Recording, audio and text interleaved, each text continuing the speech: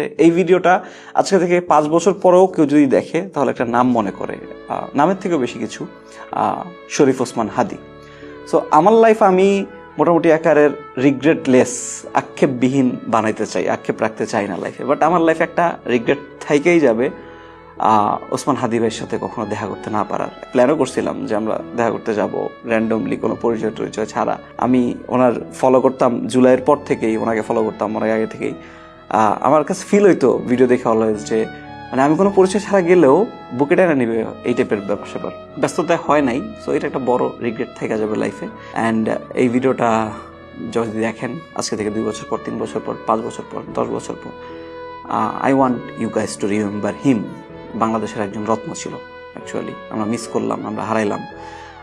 আল্লাহ তার শাহাদাত কবুল করুক, শহীদ হিসাবে কবুল করুক। মেইন যে ব্যাপারটা, শরীফ ওসমান হাদি ভাই ইনসাফের রাজনীতি করার কথা বলতো অলওয়েজ, ইনসাফ। সো এই জিনিসটা আমাকে ডিপলি টাচ করছে।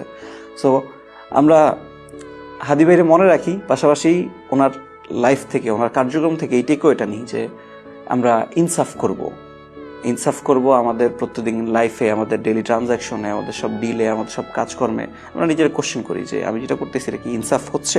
আই থিঙ্ক এইটাই বেস্ট উপায় যে আমাদের অ্যাকশন দ্বারা হাদি ভাইরে মনে রাখার। সো হাদি ভাইকেও আমরা যে মনে রাখতে পারবো কিনা, অ্যাকচুয়ালি ধারণ করতে পারবো কিনা সেটা আমার জানা নাই। হয়তো বা কয়েক বছর পরেও মানুষ মনে রাখবে না ওইভাবে, হইতে পারে। আমরা জাতি হিসেবে, বাঙালি হিসেবে, মানুষ হিসেবে মানে আমরা যে পরিমাণের মানে বাজে লেভেলে চলে গেছি, আমরা যে, টু বি অনেস্ট আমি নিজেও। সো আমি খুব একটা আশা রাখি না যে মনে রাখবে। স্টিল আমি আপনাদের বলতে চাই, আপনারা মনে রাখেন। মনে যদি নাও থাকে, অন্তত তার যেই কথাগুলো, যেটা মূল সারমর্ম ইনসাফ, আমরা ইনসাফটা যেন প্রতিষ্ঠা করতে পারি, সেটা একটু মাথায় রাখেন। শরীফ ওসমান হাদি ভাই একজন মানুষ যাকে বাংলাদেশের প্রয়োজন ছিল, বাট বাংলাদেশ ডিজার্ভ করতো না তাকে। এই তো।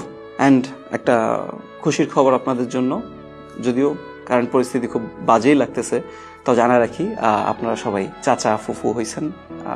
আমার ছেলে সন্তান হয়েছে, আল্লাহ তাআলা দিছে আলহামদুলিল্লাহ।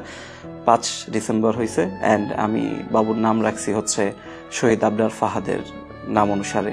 আবরার ফাহাদ আমার অনেক আগে থেকে নিয়ত ছিল। সো আমরা আবরার ফাহাদ অ্যান্ড শরীফ ওসমান হাদি দুইজনকে মনে রাখি, খুব জরুরি।